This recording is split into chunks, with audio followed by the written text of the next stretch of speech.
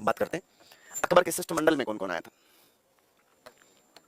बात करते हैं किसकी, तो मैं आपसे कहूं कि अकबर का शिष्टमंडल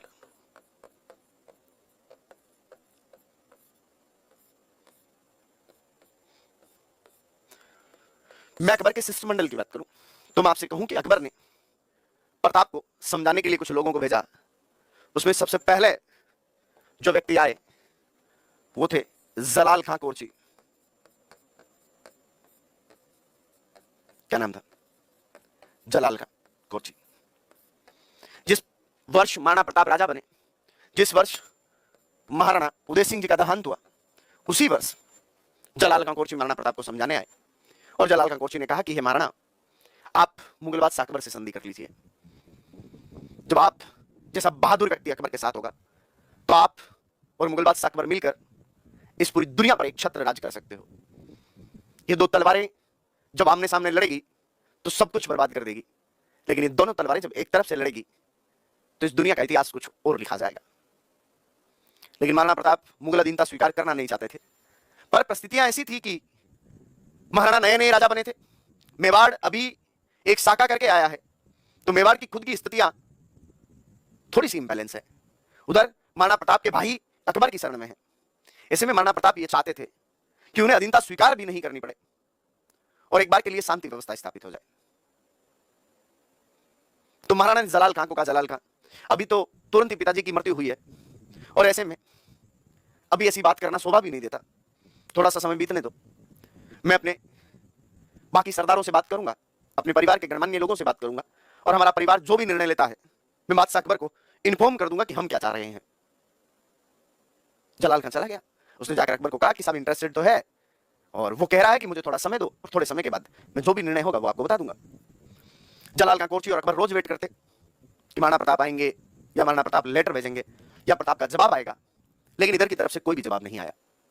ऐसे में अकबर ने महाराणा प्रताप को समझाने के लिए दूसरे व्यक्ति को भेजा जिसका नाम था मानसिंह। क्या नाम था? मानसिंह। अकबर को लगा कि महाराणा के राजपूत हैं और शायद एक राजपूत को भेजूं तो ये उसे कन्विंस करने में कामयाब रहे। महाराणा प्रताप जून 1573 में महाराणा के खिलाफ अकबर ने मानसिंह को भेजा। अब मानसिंह जी अकबर के भले ही सबसे बेहतरीन कमांडर रहे हो, पर इस समय महाराणा प्रताप के लिए महज आमेर के एक राजकुमार हैं। सेम रैंक का आदमी सेम रैंक के व्यक्ति से मिलता है सब।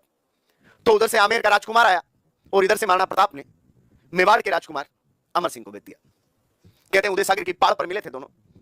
अमर सिंह बड़े खतरनाक आदमी थे, एटीट्यूड कूट कूट के भरा था उस आदमी के अंदर, गिनता किसी के बाप को नहीं थे अमर सिंह जी। वहां पहुंचे, मान सिंह ने कहा पापा कहां तुम्हारे? पापा नहीं आएगा मिलने। अमर सिंह जी ने कहा अंकल पापा ढंग के आदमियों से मिलते हैं और आपको ऐसा क्यों लगता है कि आपसे मिलने पापा आएंगे? ऐसे बुरे थोड़ी दिन आए पापा के मेरे, बताओ क्या बात है? मान सिंह ने कहा बड़ी बदतमीजी से बात कर रहे हैं।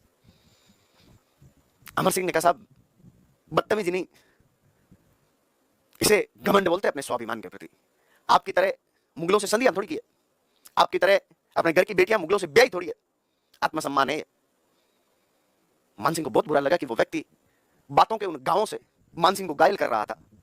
मान सिंह ने कहा चिंता क्यों कर रहा है, बहुत बड़ी फौज लेकर आऊंगा, तुझे और तेरे पिता प्रताप को इस बात का एहसास कराऊंगा कि मान सिंह का अपमान करना क्या होता है।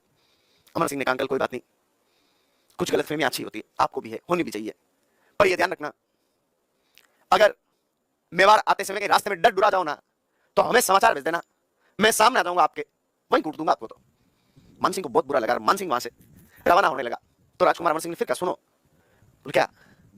बोले आते टाइम उन फूफा जी को और साथ ले आना, हमें फालतू दो क्यों लड़ाइयां लड़नी पड़े। मान सिंह को बहुत बेइज्जती महसूस हुई। मान सिंह अकबर के पास गया और मान सिंह ने अकबर को कहा मुझे अभी सेना दी जाए और मैं अभी मेवाड़ पर हमला करूंगा। लेकिन अकबर बहुत बड़ा राजनीतिज्ञ हुआ। अकबर ये जानता था कि इधर से राजकुमार गया तो उधर से राजकुमार बात करने के लिए आया है। अब ठीक है उनके वाला राजकुमार भारी पड़ गया, अपने वाला हल्का पड़ गया तो पड़ गया। तो इस बार अकबर ने महाराणा प्रताप को समझाने के लिए मान सिंह के पिता को भेजा और कहा कि आप जाओ, आप बात करो, आप आमेर के राजा हो। तो इस बार मान सिंह के पिताजी आए जिनका नाम था भगवंत दास। क्या नाम था? भगवंत दास। कब? तो सितंबर 1573 में कौन से साल में? सितंबर 1573 में। भगवंदास जी आए, भगवंदास जी ने समझाया। महाराणा प्रताप ने कहा, भगवंदास जी अगर आप मुगलों के साथ संधि तोड़ लो ना, मैं आपकी अधीनता स्वीकार करने को तैयार हूं, मैं आपके अंडर रहने को तैयार हूं, पर मैं कभी भी आपसे अधीनता स्वीकार नहीं करूंगा। उन मुगलों की अधीनता कैसे स्वीकार कर सकता हूं? फिर मना कर दिया। इस बार अकबर को लगा क्या कि उन्हें पैसे ऑफर किए जाए, धन बहुत बड़ी चीज होता है। तो अकबर ने अपने अकाउंटेंट को भेजा, और अकबर के दरबार में जो अकाउंटेंट थे उनका नाम था टोडरमल। क्या नाम था? टोडरमल। और टोडरमल जी ने दिसंबर 1573 में महाराणा प्रताप से मुलाकात की। प्रताप को धन का लालच दिया, तो महाराणा प्रताप ने टोडरमल को कहा कि टोडरमल, क्या पता तुम्हारे मुगल बादशाह जितना धन तो मेरे पास नहीं होगा, पर इतना धन जरूर है मेरे पास कि मैं तुम्हारे मुगल बादशाह को कभी चैन से नहीं बैठने दूंगा। इतना धन जरूर है मेरे पास कि मैं मुगलों के खिलाफ अंतिम सांस तक लड़ाई लड़ सकता हूं। तो पैसे नहीं चाहिए, तू निकल यहां से। चारों ने समझाने का प्रयास कर लिया, फिर भी महाराणा प्रताप माने नहीं। अंततः वही हुआ जिसका सभी लोग इंतजार कर रहे थे, युद्ध। और इतिहास का वो युद्ध जिसे हम हल्दी घाटी के युद्ध के नाम से जानते हैं। क्या बोलते हैं? हल्दी घाटी का युद्ध।